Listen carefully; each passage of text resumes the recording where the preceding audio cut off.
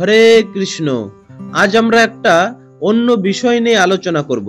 সেটা হলো শাস্ত্র মতে সপ্তাহের কোন কোন দিন চুল দাড়ি কাটা বা নখ কাটা শুভ। অনেকে এগুলো বিশ্বাস করে না, কিন্তু মনে রাখবেন আমাদের শাস্ত্রে সব জিনিসই রয়েছে। তৈত্তিরীয় ব্রাহ্মণ উপনিষদে গৃহসূক্তে এই চুল দাড়ি কাটার নিয়ম সুন্দরভাবে উল্লেখ রয়েছে। একাদশীর দিন, চতুর্দশীর দিন, অমাবস্যার দিন, পূর্ণিমার দিন, সংক্রান্তির দিন, যে কোনো ব্রত বা উপবাসের দিন, মঙ্গলবারে, পরিবারে বাৎসরিক দিনে এবং শনিবারে যে কোনো খোর কর্ম করা বর্জিত।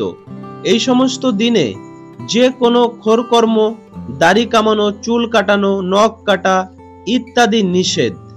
গর্গাচার্য মুনি এই বিষয়ে বলেছেন, রবিবারে খোরকর্ম করলে 1 মাসের আয়ু ক্ষয় হয়, শনিবারে খোরকর্ম করলে 7 মাসের আয়ু ক্ষয় হয়, মঙ্গলবারে কেউ খোরকর্ম করলে 8 মাসের আয়ু ক্ষয় হয়, রবিবারে চুল দাড়ি কাটলে 1 মাসের আয়ু ক্ষয় হয়। তাই রবিবারেও মানুষ এই খোরকর্ম করে, তবে না করলেই ভালো।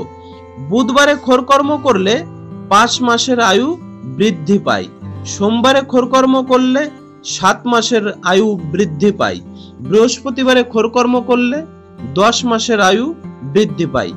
অনেকে ভাবে বৃহস্পতিবারে করতে নেই, কিন্তু বৃহস্পতিবারে খোরকর্ম করলে 10 মাসের আয়ু বৃদ্ধি পায়, আর শুক্রবারে খোরকর্ম করলে 11 মাসের আয়ু বৃদ্ধি পায়। তাহলে সোমবার, বুধবার, বৃহস্পতিবার আর শুক্রবার এই 4 দিন খোরকর্ম করার জন্য উত্তম দিন বা উচিত।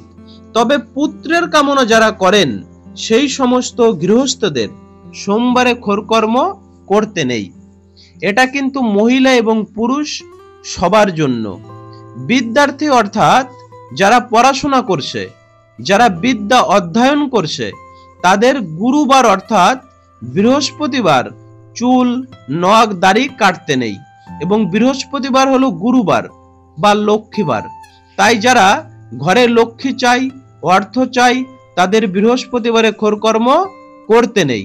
তাহলে সব দিক থেকে যদি বিচার করা যায়, তাহলে বুধবার এবং শুক্রবার এই সমস্ত খোরকর্ম করার জন্য সবচেয়ে উপযুক্ত, অর্থাৎ এই 2 দিনই করা উচিত। তবে শনি, মঙ্গল আর রবিবার বাদে যে কোনো দিন করা যায়। যাই হোক, একটা নতুন বিষয় আপনাদের সামনে তুলে ধরলাম। এবার আপনারা বিচার করুন কোন দিন চুল দাড়ি নখ কাটবেন আর কোন দিন কাটবেন না। ভালো থাকবেন, সুস্থ থাকবেন। হরে কৃষ্ণ।